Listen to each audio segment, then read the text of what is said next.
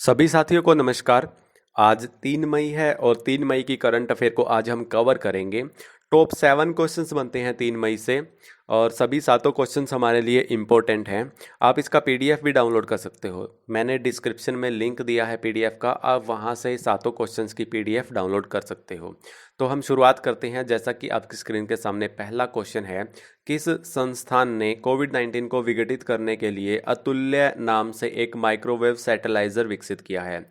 तो कोविड-19 के प्रभाव को कम करने के लिए, विघटित करने के लिए अतुल्य नाम से एक माइक्रोवेव सैटेलाइजर विकसित किया है। वो किसने किया है? Defence institute of advance technology Pune. तो ऑप्शन बी हमारा सही होगा। पुणे में एक defence institute of advance technology नाम से इंस्टीट्यूट है। इसने ये माइक्रोवेव सैटेलाइजर विकसित किया है अतुल्य नाम से, जो कि ये कोविड-19 को विघटित करेगा, यानी इसके प्रभाव को कम करेगा। 56 डिग्री से 60 डिग्री सेल्सियस के तापमान में अंतर्गर्मी द्वारा वायरस विघटित हो जाता है, यानी 60 डिग्री के आसपास ये जो कोरोना वायरस है इसका जो प्रभाव है वो कम हो जाता है। उत्पाद एक लागत प्रभावी समाधान है। तो ये उत्पाद काफ़ी अच्छा है, जिसे पोर्टेबल या फिक्स्ड इंस्टॉलेशन में संचालित किया जा सकता है।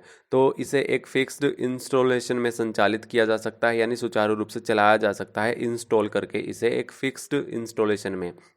आगे बात करते हैं। क्वेश्चन नंबर सेकंड है हमारा, लोकप्रिय टेलीविजन शो रामायण ने डैश मिलियन लोगों द्वारा एक ही दिन में शो को देखने पर रिकॉर्ड तोड़ दर्शकों की संख्या दर्ज की और विश्व रिकॉर्ड बनाया। तो रामायण ने विश्व रिकॉर्ड बनाया है एक दिन में सबसे ज़्यादा शो देखने का, यानी सबसे ज़्यादा लोगों द्वारा शो देखने का एक ही दिन में विश्व रिकॉर्ड बनाया है रामायण टीवी सीरियल शो ने। वो कितने मिलियन लोगों ने देखा गया ये एक दिन में? तो 77 मिलियन लोगों ने एक दिन में ये शो देखा गया और ये रिकॉर्ड तोड़ यानी विश्व रिकॉर्ड बनाया है। रामायण को दूरदर्शन पर 1987 और 1988 के बीच पहली बार प्रसारित किया गया था। तो 1987-1988 के बीच में ये पहली बार प्रसारित किया गया था दूरदर्शन टीवी चैनल पर। 77 मिलियन लोगों ने ये एक साथ एक दिन में ये शो देखा और विश्व रिकॉर्ड बनाया रामायण ने। आगे बात करते हैं। क्वेश्चन नंबर तीसरा है हमारा, किस देश ने बाउंस बैक लोन पहल शुरुआत की है? तो बाउंस बैक लोन की शुरुआत की है वो ब्रिटेन ने की है। बाउंस बैक लोन पहल को यूनाइटेड किंगडम यूके ने देश के छोटे व्यवसायों के लिए लॉन्च किया है। तो छोटे जो व्यवसाय हैं उनके लिए लॉन्च किया है, ताकि उन्हें कोरोना वायरस की महामारी के दौरान आर्थिक संकट से उबरने में मदद मिल सके। यह योजना वित्त मंत्री ऋषि रौनक द्वारा शुरू की गई।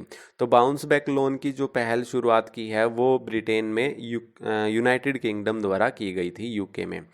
आगे बात करते हैं। क्वेश्चन नंबर 4 है, किस राज्य सरकार ने आयुर रक्षा क्लिनिक शुरू किया है? आयुर रक्षा क्लिनिक केरल राज्य ने शुरू किया है।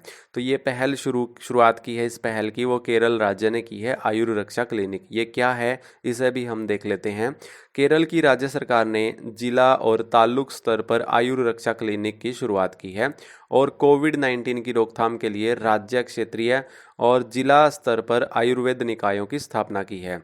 तो ये जो क्लिनिक ये खोले गए हैं आयुर रक्षा क्लिनिक केरल में ये शुरुआत की गई है। आयुर्वेद निकायों की स्थापना की है यहाँ पर। आयुर रक्षा क्लिनिक दवाएं और अन्य स्वास्थ्य सेवाएं प्रदान करेगा, यानी सहायता प्रदान करेगा। गैर दवा चिकित्सा को बढ़ावा देने और दवाओं के वितरण के लिए पहल शुरू की गई है। दवाएं भी बांटेगा और जो लोगों की उनकी प्रतिरक्षा में सुधार करने में मदद करेगी। तो आयुर रक्षा क्लिनिक जो पहल की शुरुआत की है वो केरल राज्य ने की है। आगे बात करते हैं। क्वेश्चन नंबर 5 है, पुरुषों की विश्व मुक्केबाजी चैंपियनशिप 2011 कहाँ होगी? तो ये बेलग्रेड साइबेरिया में होगी। 2021 में जो पुरुष विश्व मुक्केबाजी चैंपियनशिप है वो 2021 में बेलग्रेड साइबेरिया में होगी।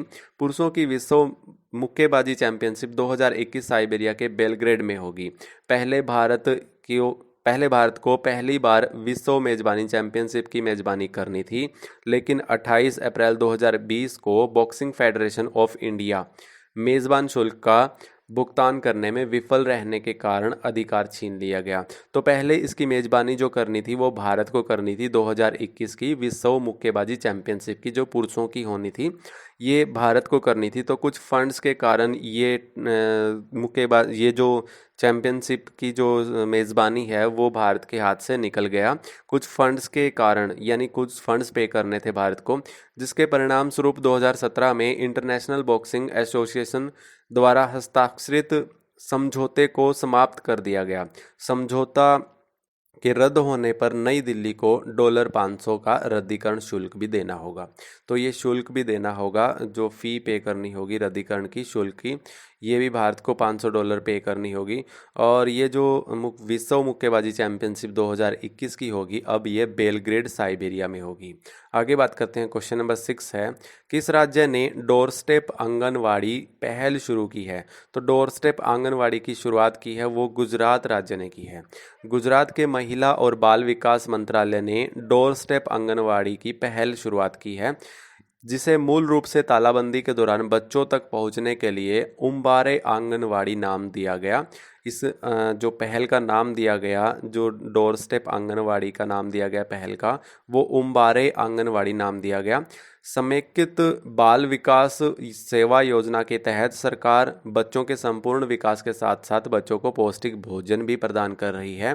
सरकार ने उम्बारे आंगनवाड़ी नाम से एक चैनल भी शुरू किया है, जिसके माध्यम से बच्चों को अंतःक्रियात्मक रूप से पढ़ाया जा सके। तो एक उम्बारे आंगनवाड़ी जो पहल शुरुआत की है वो गुजरात राज्य ने की है, जिसका एक और नाम है door step anganwadi.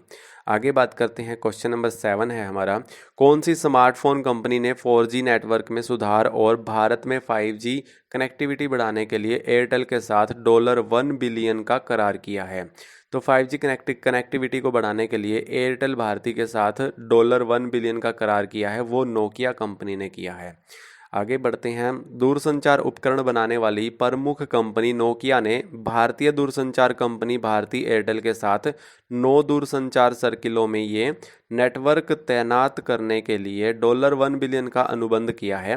Bharti Airtel एक मंच पर 2G, 3G और 4G नेटवर्क का प्रबंधन करने के लिए नोकिया के सिंगल रेडियो एक्सेस नेटवर्क का उपयोग करेगा, जो नेटवर्क जटिलता को कम करने और लागत प्रभावशीलता को बढ़ाने में मदद करेगा।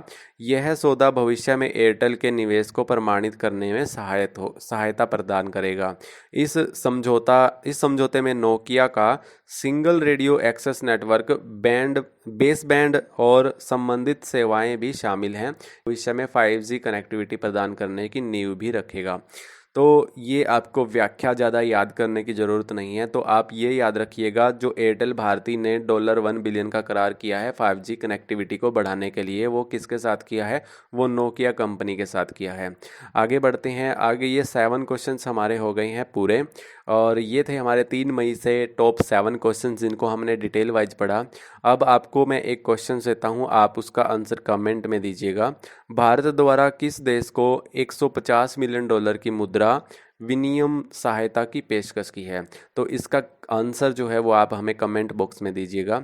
तो ये थे दोस्तों टॉप 7 क्वेश्चंस 3 मई से। अब मिलते हैं कल नेक्स्ट वीडियो में 4 मई की करंट अफेयर के साथ। तब तक के लिए जय हिंद, जय भारत।